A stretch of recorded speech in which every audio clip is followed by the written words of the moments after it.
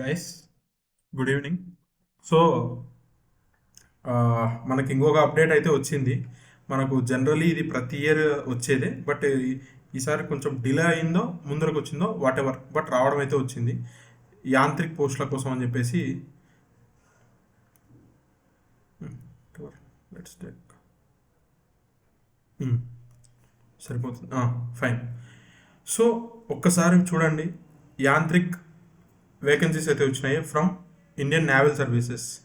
So మనకు చాలా prestigious Indian, మనకు మూడు తెలుసు, ఆర్మీ, నేవల్, ఎయిర్ ఫోర్స్ మూడు తెలుసు. సో అందులో ప్రెస్టీజియస్ థింగ్ వచ్చేసి మన నేవీ. సో నేవీకి సంబంధించిన వేకెన్సీస్ అయితే వచ్చున్నాయి చూడండి. అండ్ వేకెన్సీస్ అయితే ఇలా ఇచ్చినాడు. ఫస్ట్ వేకెన్సీస్ చూడండి.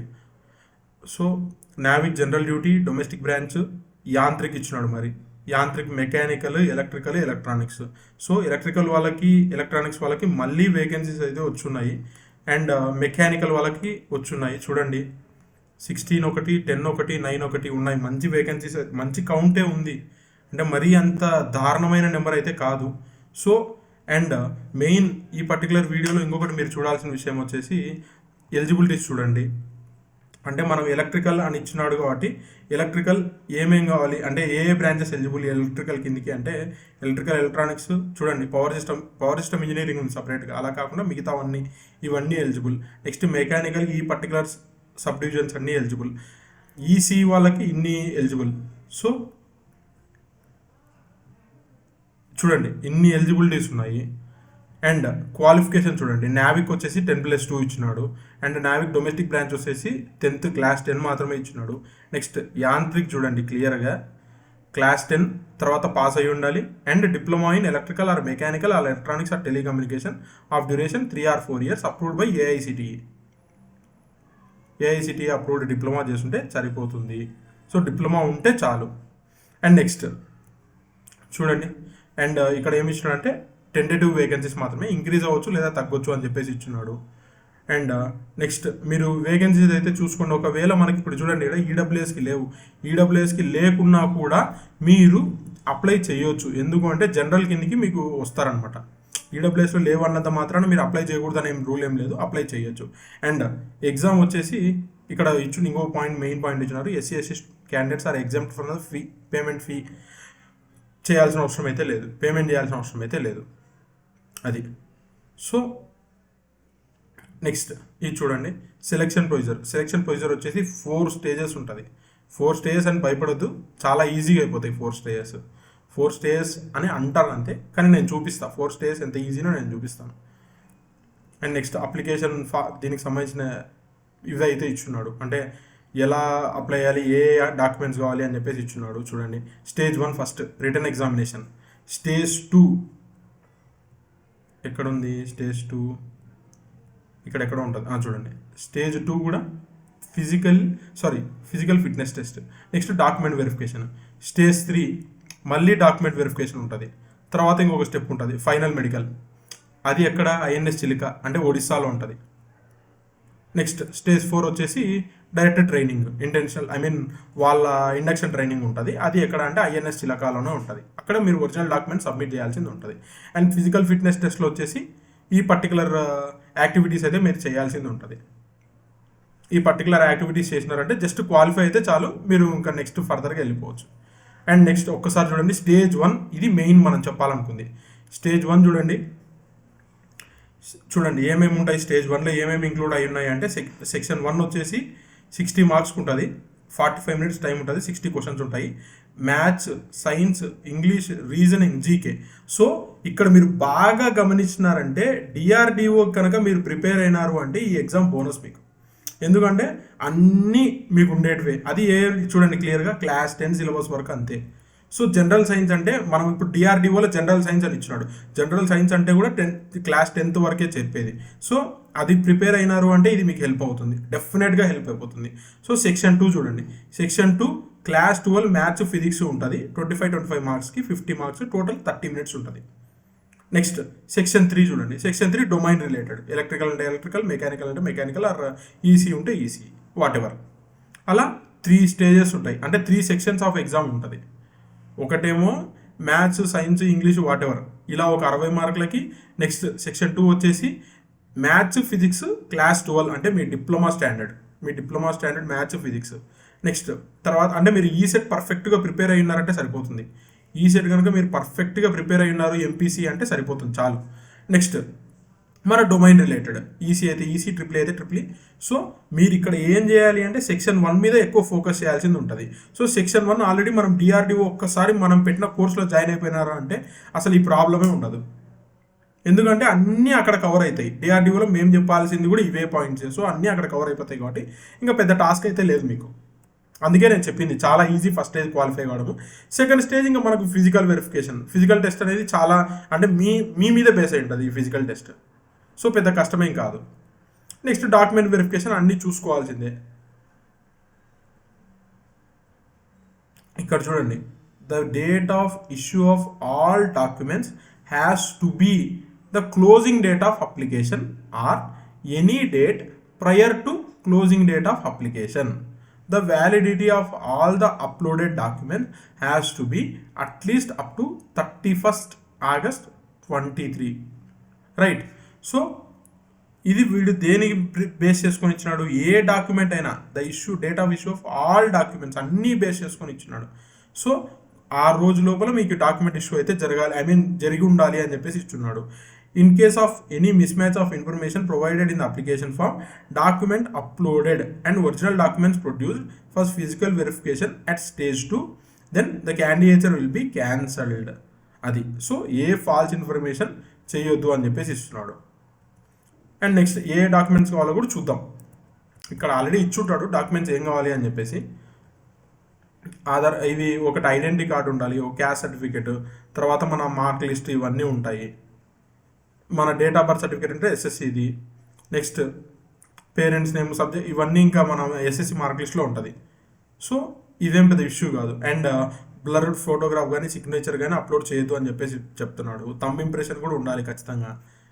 ఎందుకు అంటే స్టేజ్ 1లో మీరు ఒకసారి బాగా గమనించినట్లయితే స్టేజ్ 1లో బయోమెట్రిక్ రికార్డింగ్ కూడా ఉంటుంది. చూడండి, document verification stage 1 written examination plus biometric recording కూడా ఉంటుంది. సో జాగ్రత్తగా అప్లోడ్ చేయండి. నెక్స్ట్ సెకండ్ ఇక్కడ కూడా అంటే స్టేజ్ 3లో కూడా డాక్యుమెంట్ వెరిఫికేషన్ ఉంటుంది. స్టేజ్ 3 డాక్యుమెంట్ వెరిఫికేషన్ కూడా స్టేజ్ 2 లానే ఉంటుంది, సిమిలర్గా ఉంటుంది. అంటే మళ్ళీ ఇంకోసారి వాడు వెరిఫై చేసుకుంటాడు. ఎందుకు అంటే మనం జాయిన్ అవుతుంది ఇండియన్ గవర్నమెంట్లో జాయిన్ అవుతున్నాం కాబట్టి వాళ్ళు చాలా పకడ్బందీగా చాలా జాగ్రత్తగా చేస్తారనమాట. అది. నెక్స్ట్ స్టేజ్ 3లోనే మీకు ఇంకోటి కూడా ఉంది, submission of original documents, police verification and other associated forms. So police verification కూడా థర్డ్ స్టేజ్లోనే జరుగుతుంది. ఫైనల్ స్టేజ్ ఇంకా జస్ట్ మన ప్రాక్టీస్ మన ట్రైనింగ్ సెషన్ స్టార్ట్ అయిపోతుంది. సో డేట్స్ ఇచ్చినారు చూడండి, September 8 నుంచి September 22 లోపల అప్లై చేయాలి. అక్కడ లాగిన్ అవ్వమంటున్నారు. సో ఇక్కడ చూడండి మళ్ళీ the candidates are to ensure validity of email ID and mobile number are at least up to 31st. అంటే మీరు ఫిల్ చేస్తున్నప్పుడు ఫామ్ ఏవైతే డీటెయిల్స్ అవి ఇచ్చుంటారో అవి అట్లీస్ట్ నెక్స్ట్ ఇయర్ 31st వరకు వ్యాలిడ్ అయ్యి ఉండాలి అంటాడు. అంటే ఈ పర్టికులర్ మెరిట్ లిస్ట్ ఎంతవరకు వ్యాలిడ్ అయి ఉంటుంది అంటే నెక్స్ట్ ఇయర్ ఆగస్ట్ వరకు వ్యాలిడ్ అయి ఉంటుంది. ఆ తర్వాతనే నెక్స్ట్ నోటిఫికేషన్ వస్తుంది ఖచ్చితంగా. అది. నెక్స్ట్ ఏదో ఒక పోస్ట్కి మాత్రమే అప్లై చేయాలని చెప్పేసి ఇచ్చున్నాడు. ఇంకా అది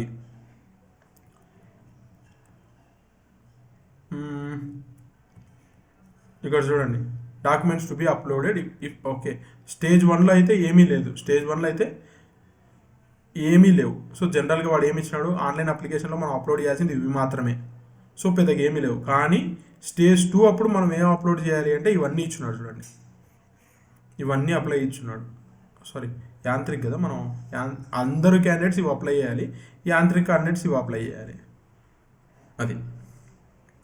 సో ఆ లోపల కనుక మీ డిప్లొమా కనుక ఇప్పుడు ఆల్రెడీ అయిపోయి మీ సర్టిఫికేట్స్ కనుక మీ చేతిలో ఉంటే ఇది మీకు బెస్ట్ ఆపర్చునిటీ. ఇది కూడా మీకు బెస్ట్ ఆపర్చునిటీ. ఫీ వచ్చేసి 250 ఉంటుంది.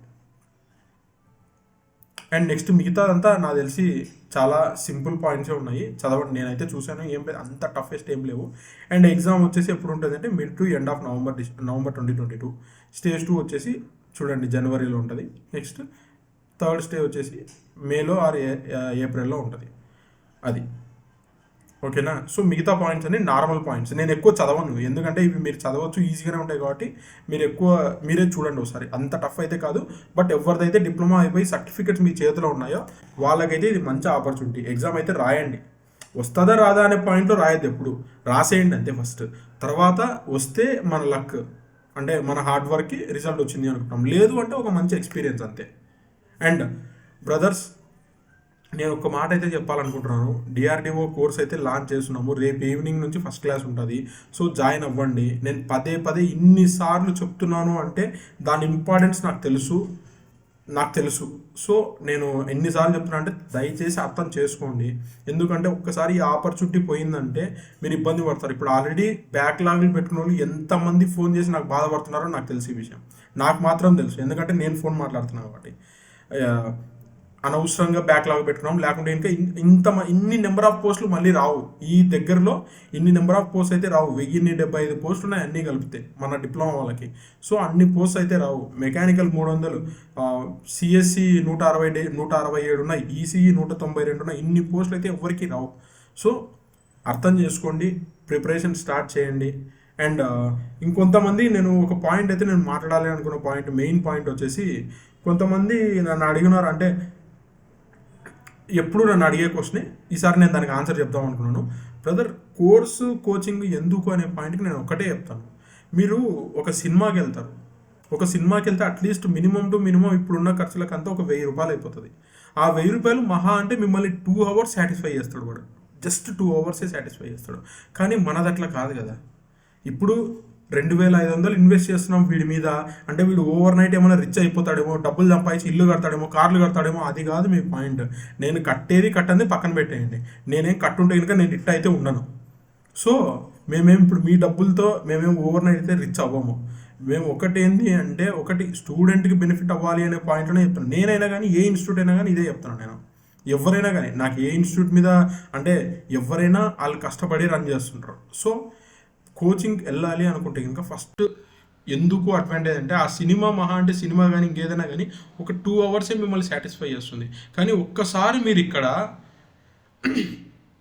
జాయిన్ అయిపోయినారు అంటే, ఒక మంచి కోర్స్ తీసుకున్నారు, ఒక మంచి పర్ఫెక్ట్ దగ్గర మీరు డబ్బులు ఇన్వెస్ట్ చేసినారు అంటే, ఇప్పుడు మీకు ఏమవుతుంది చెప్పండి. మీ లైఫ్ లాంగ్ ఒక జాబ్ వచ్చింది అంటే మీ లైఫ్ లాంగ్ అది హెల్ప్ అయినట్టే కదా. సో అలా ఆలోచించండి. ఎందుకు అలా ఆలోచించలేకున్నారు? దయచేసి అలా ఆలోచించండి ప్లీజ్. ఎందుకంటే ఈ మాట ఎందుకు ఇన్నిసార్లు చెప్తున్నా అంటే, మీరు పోగొట్టుకున్నారు అంటే మీకు దాని వాల్యూ తెలియదు బ్రదర్. సో అర్థం చేసుకోండి, దయచేసి అర్థం చేసుకోండి. ఎందుకు ఇన్నిసార్లు చెప్తున్నాడు అని ఆలోచించండి. సరే, నాకు డబ్బులు కట్టడం ఇష్టం లేకుంటే సరే నాకు కట్టొద్దు, నేనేం ఫీల్ కాను. కానీ అట్లీస్ట్ మీరు మీ గురించి ఆలోచించుకోండి. నా దగ్గర చేరే ఉద్దేశం ఏంటంటే నేను ఏం కూడా బాధపడను, బట్ మీ గురించి మీరు ఆలోచించుకోండి. నాకేదో ఇప్పుడు డబ్బులు వస్తాయనేది పాయింట్ కాదు, ఇంకొకరికి డబ్బులు వస్తాయనేది నాకు పాయింట్ కాదు ఇక్కడ. ఎందుకంటే మీకున్న మంచి ఆపర్చునిటీ దయచేసి పోగొట్టుకోవద్దండి. ఎందుకంటే బయట ఎంతమంది అన్ఎంప్లాయిడ్ ఉన్నారంటే సీరియస్లీ మీరు ఇమాజిన్ కూడా చేయలేరు, అంతమంది అన్ఎంప్లాయిడ్ ఉన్నారు. బీటెక్ ఎంటెక్లు చేసి కసూడ్చుకునే వాళ్ళు కూడా ఉన్నారు. సో అట్లాంటి పరిస్థితి మీరు తెచ్చుకోవద్దండి. ఉన్న ఆపర్చునిటీ ఆల్రెడీ ఫ్రెష్గా బయటకు వచ్చున్నారు. సో మంచి ఆపర్చునిటీస్ ఉన్నప్పుడు కొట్టేయండి. ఎందుకు ఊరికే ఇది చేసుకుంటారు? ఆలోచించండి. మహా అంటే ఇప్పుడు సరే నా దగ్గరే కోర్సు ఉంది 2500. ఆ 2500 ఎన్ని చోట్ల మీరు పోగొట్టుకుంటారు బ్రదర్? ఎన్ని చోట్ల పెట్టి పోగొట్టుకొని ఉంటారు? ఒకవేళ సరే క్వాలిఫై కాలేదు అంటే ఏం చేస్తావు అని మీరు అడగొచ్చు. సో నేను ఒక పాయింట్ చెప్పాలనుకుంటున్నాను దీనికి. క్వాలిఫై కాలేదు అంటే నేను ఒక పాయింట్ చెప్పాలనుకుంటున్నాను. మీరు యాప్టిట్యూడ్, రీజనింగ్, ఇంగ్లీష్ ఇవన్నీ వింటారు, క్వాలిఫై కాలేదు, నెక్స్ట్ ఎగ్జామ్స్కి పనికి రాకుండానే ఉంటాయా? ఆలోచించండి. నెక్స్ట్ ఎగ్జామ్స్ యూజ్ కాకుండానే ఉంటాయా? యూజ్ అయితే కదా, పక్కా డెఫినెట్గా యూజ్ అయితే కదా. సో ఎందుకు ఊరికి అట్లా ఆలోచిస్తున్నారు? ఒక్కసారి ఇప్పుడు నా ఇంటెన్షన్ ఏంటంటే, మీకు ఏబిసిడి కూడా నాకు తెలిసి యాప్టీ రీజనింగ్లో అంతగా ఐడియా ఉండదు. సో నేనేమనుకుంటున్నా అంటే, ఇప్పుడు ఇచ్చేది ఇంకా మళ్ళీ లైఫ్లో దాన్ని ముట్టుకోకుండా కొంచెం స్టాండర్డ్గా ఇవ్వాలి అని చెప్పేసి నేను ప్లాన్ చేస్తున్నాను. నేననే కాదు, సరే ఎవరైనా కానీ సరే నన్ను వదిలిపెట్టేయండి, వేరే ఇన్స్టిట్యూట్ ఏదైనా XYZ ఏదైనా కానీ అక్కడికి వెళ్ళి వినాలనుకుంటే అక్కడే వెళ్ళి వినండి, తప్పేముంది. మీరు నా బాధ ఏంటంటే, నా ఇంటెన్షన్ ఏంటంటే, మీరు ఉన్న ఈ మంచి దీన్ని పోగొట్టుకోవద్దండి అనేది నా బాధ, అంతే. దయచేసి అర్థం చేసుకోండి. ఇంకా ఆ తర్వాత మీ ఇష్టం. ఎందుకంటే మీ ఇంట్లో మీ అమ్మా నాన్న ఇంత ఇదిగా చెప్తారో లేదో నాకు తెలియదు, కానీ నాకు మీరందరూ సెట్ అవ్వాలి, మంచిగా ఉండాలనేది నా ఉద్దేశం. మన ఇంటెన్షన్ కూడా అదే. తెలుగు వాళ్ళు పవర్ ప్రూవ్ చేయాలి, అందరికీ మనం ఏ దాంట్లో తక్కువ కాదు అని ప్రూవ్ చేయాలనేది నా బాధ. సో అర్థం చేసుకోండి. నేనేదో ఇక్కడ డబ్బులు అయిపోయి నేను ఎన్నో వదులుకున్నాను బ్రదర్. ఇక్కడ ఏదో మీరు అంటే ఆ 2500తో కడితే నేను దాంతోనే బతుకుతా అనే పాయింట్ కాదు ఇక్కడ. నేనైనా కానీ ఏ ఇన్స్టిట్యూట్ అయినా కానీ. సో అర్థం చేసుకోండి. మీకు తెలిసింది ఇంత డ్రాప్ అయితే ఒక XYZ ఇన్స్టిట్యూట్ అయినా కానీ ఎవరైనా, నేనైనా ఇంకొకరికైనా, వాళ్ళకి తెలుసు ఏ ట్రాక్లో తీసుకెళ్ళాలి అని చెప్పేసి. సో ఆలోచించండి. మీరు ఏమీ తప్పు పని చేయట్లేదు, ఒక మంచి కాస్కే మీరు ఇన్వెస్ట్ చేస్తుంది. సో ఇప్పటి నుంచైనా తెలుసుకొని స్టార్ట్ చేయండి, ప్రిపరేషన్ స్టార్ట్ చేయండి దయచేసి. ఇంకా బ్యాక్లాగ్ ఉన్న వాళ్ళకైతే నేను ఏం చేయలేని పరిస్థితి. గాడ్ బ్లెస్ అంతే. మీరు ఇంకా ఇప్పటి నుంచి సీరియస్గా తీసుకొని కెరియర్ని అచీవ్ చేయండి. అచీవ్ చేయగలరు, ఖచ్చితంగా అచీవ్ చేయగలరు. ఏమీ కాదు, ఇక్కడ నుండి సీరియస్గా తీసుకున్నారంటే ఖచ్చితంగా మీరు ఏదో ఒకటి అచీవ్ చేస్తారు, నాకు ఆ నమ్మకం ఉంది. సో మిమ్మల్ని మీరు నమ్మండి, ఓకేనా? ఐ హోప్ వీడియో క్లియర్గా చెప్పాను అనుకుంటాను. ఇది అప్లై చేసుకునే వాళ్ళు ఎవరైనా ఉంటే, ఎందుకంటే లాస్ట్ ఇయర్ బీటెక్ అయిపోయిన వాళ్ళు వీళ్ళు ఉంటారు కదా, డిప్లొమా అయిపోయిన వాళ్ళు లాస్ట్ ఇయర్, వాళ్ళందరికీ ఇది మంచి ఆపర్చునిటీ. దయచేసి అప్లై చేసుకోండి. ఇది కూడా మంచి ఆపర్చునిటీ. నా ఫ్రెండ్ వర్క్ చేస్తున్నారు ఆల్రెడీ. సో తనతో ఇఫ్ పాసిబుల్ నేను ఒక ఇంటర్వ్యూ తీసుకొని మరీ పెట్టిస్తాను, ఓకేనా? వెళ్ళిపోదాం అట్లయితే. సో ఆలోచించండి ఇంకా. Thank you.